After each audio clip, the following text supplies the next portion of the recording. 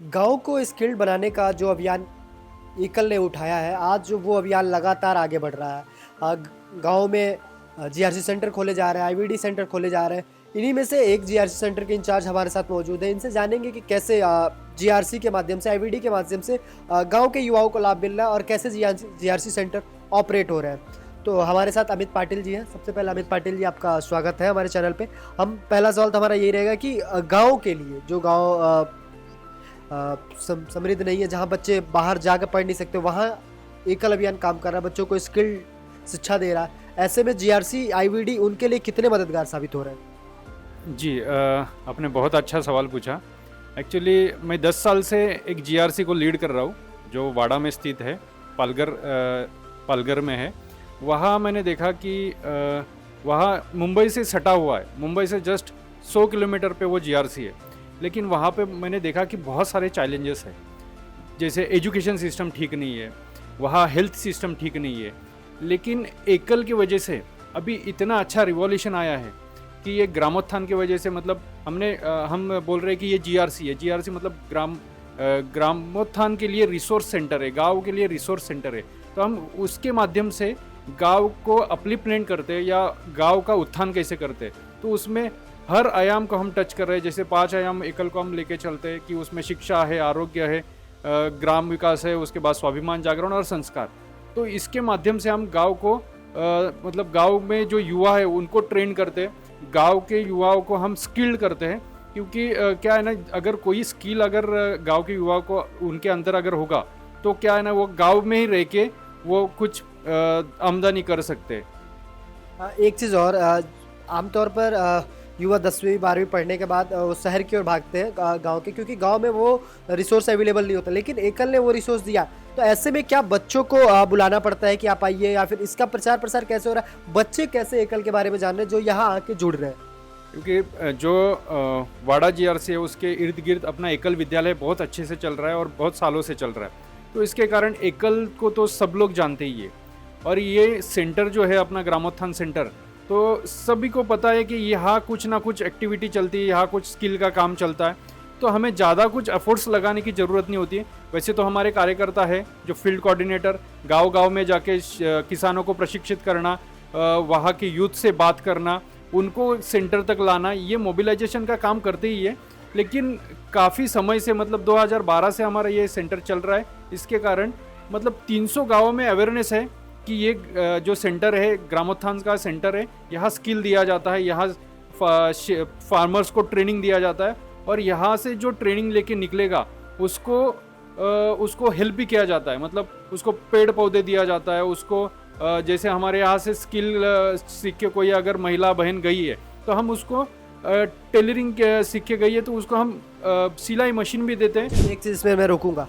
जैसे क्या होता है कि जब बच्चों को कंप्यूटर एजुकेशन लेना, तो वो तो आसानी से आ जाता है। लेकिन गांव में महिलाओं और किसानों को जोड़ना जो सबसे टफ काम है, उनको बताना है कि आप आओ, क्योंकि महिलाएं आमतौर पर ज़्यादा घुलती मिलती नहीं है, वो संकोच करती है, या फिर घर के पुरुष भी थोड़ा संकोच करते हैं कि ये कहाँ जाएगी, कैसे काम करेगी। उन महिलाओं को, किसानों को जोड़ना कितना आसान है और कैसे कर रहे हैं ये सब?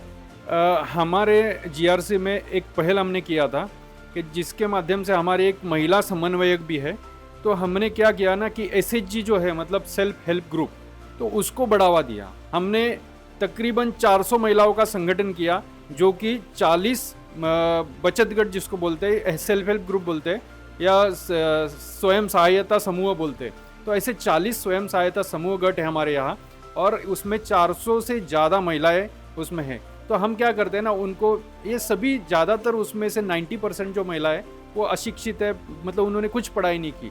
लेकिन हम उनको भी सेंटर पे लाके ट्रेनिंग देते, उनको बोलना कैसे है, उनको कुछ जो चीज़ हम, मतलब उनको ट्रेनिंग देते, कोई स्किल सिखाते। तो वो स्किल के माध्यम से अगर कुछ उत्पाद बनाते, वो बेचना कैसे, मतलब मार्केटिंग का स्किल सिखाते, हम अकाउंटिंग का स्किल उनको सिखाते। और उनके सभी महिलाओं का हमने अकाउंट भी बैंक में खुलवाया। काफ़ी महिलाओं का अकाउंट नहीं था, पैन कार्ड नहीं था, तो हमने शिविर लगवा के उनके बैंक अकाउंट भी खुलवाए। लेकिन अभी क्या हुआ है कि ये सभी महिलाएं शिक्षित हो गई है, वो बचत करती है, अपने आमदनी में से कुछ पैसा बैंक में जाके रखती है, और उनके पास अभी काफ़ी पैसा भी इकट्ठा हुआ है, और कुछ ना कुछ उद्योग करती है, उससे भी वो आमदनी कमाती है। तो ये महिला सक्षमीकरण को लेके हमने एक ये पहल शुरू किया है। तो उससे अच्छा रिस्पांस भी आ रहा है। और ये 400 महिलाएं जो है हमारी, वो अभी एक सक्षम की ओर मतलब कूच कर रही है। एक चीज़ और पूछूंगा, ये जो महाराष्ट्र का ये क्षेत्र है, ये थोड़ा सा पठारी इलाका है और साथ साथ यहाँ खेती तो है, लेकिन खेती में कई तरह की चुनौतियाँ हैं। उनके लिए एकल भी खेती के लिए काम कर रहा है, जैविक खेती पर विशेष ध्यान दे रहा है, तो उनके लिए एकल कैसे काम कर रहा है? एकल का मुख्य उद्देश्य यही है कि गांव ऐसे बनाओ कि गांव में रहने वाले लोगों को भी गांव में रहने लायक बनाओ। तो हमारा यही मतलब ध्यान में रख के हमने यहाँ से जो स्थलांतरित होता था, जो माइग्रेशन होता था, उसको रोकने के लिए हमने बहुत प्रयास किया, लेकिन हमें वो की नहीं मिल रही थी। लेकिन अभी 2 साल से हमें की मिल गई है कि उनको कैसे रोके। तो हमारे ये पूरे क्षेत्र में जो जास्मिन है उसका हमने प्रचार और प्रसार किया। तो उसके वजह से ये हुआ कि जास्मिन का पौधा तो बहुत कम से कम मतलब जो सैपलिंग है लागत में आ जाता है, और उसका ईल्ड जो है वो 6 महीने के बाद तुरंत आ जाता है। और अगर आधे एकड़ में हमने 500 पेड़ लगाए तो 4 लोगों का परिवार आराम से जी सकता है, क्योंकि इनके पास खेती तो है और खेती में अनाज तो उगता है, खाने के लिए सभी चीज़ें हैं, लेकिन उनके पास पैसा नहीं होता है, आमदनी नहीं होती है, मतलब इनकम सोर्सेज नहीं है। तो हमने ये मोगरा को स्प्रेड करके उनको इनकम जनरेट करने के लिए मतलब उनको प्रोत्साहित किया। और आज इतना अच्छा चेन बनी हुई है कि डायरेक्ट हमारे जीआरसी के थ्रू डायरेक्ट यहाँ से मुंबई तक हमारा मोगरा का जो भी फूल है वो चला जाता है। और एक एक फार्मर जो है 15,000 से लेके 1 लाख रुपए तक कमाई कर लेता है मंथली। तो ये इसके वजह से माइग्रेशन हमारा पूरा चेक हो गया या रुक गया है। एक आखिरी सवाल, आप पिछले 10-12 सालों से एकल अभियान के साथ जुड़े हैं, समाज में काम कर रहे हैं। आप ज़्यादा नहीं, अगले 10 साल 2034 तक एकल अभियान को और महाराष्ट्र के ग्रामीण इलाकों को कहाँ तक देखते हैं? मेरा तो विज़न है कि मतलब मैंने जब भी ज्वाइन किया था एकल, तो मुझे ज़्यादा कुछ पता नहीं था, लेकिन जैसे जैसे मैं एक एक पड़ाव पार करते गया तो मुझे एकल का विज़न समझ में आया। और मेरा भी मैंने गोल फिक्स कर लिया है कि मेरा जो एरिया है तकरीबन 330 गांव है हमारे इर्द गिर्द, ये 330 गांव जो है वो स्वयं पूर्ण बनाना यही उद्देश्य है। और वहाँ विष मुक्त खेती जो बोलते हैं या नैसर्गिक खेती, इसको ज़्यादा से ज़्यादा प्रमोट करना। और दूसरी चीज़, यहाँ गवर्नमेंट के बहुत सारे स्कीम्स होते हैं, तो मैक्सिमम स्कीम्स जो है वो पर्कुलेट करना, ये हमारा उद्देश्य रहेगा। और वाड़ा जो है वो आगे जाके पूरे भारतवर्ष में मतलब एक अच्छा जीआरसी करके उभर के आएगा सामने, और वहाँ के सभी लोग सभी सक्षम होंगे। और आज हम दिल्ली के ऊपर निर्भर है, वहाँ से जब भी फंड्स आएंगे तभी हमारा जीआरसी चलेगा। लेकिन हम 2035 ने और 10 साल में हमारे जो गांव के लोग हैं वो जीआरसी को चलाएंगे, इतना हम उसको सक्षम करेंगे।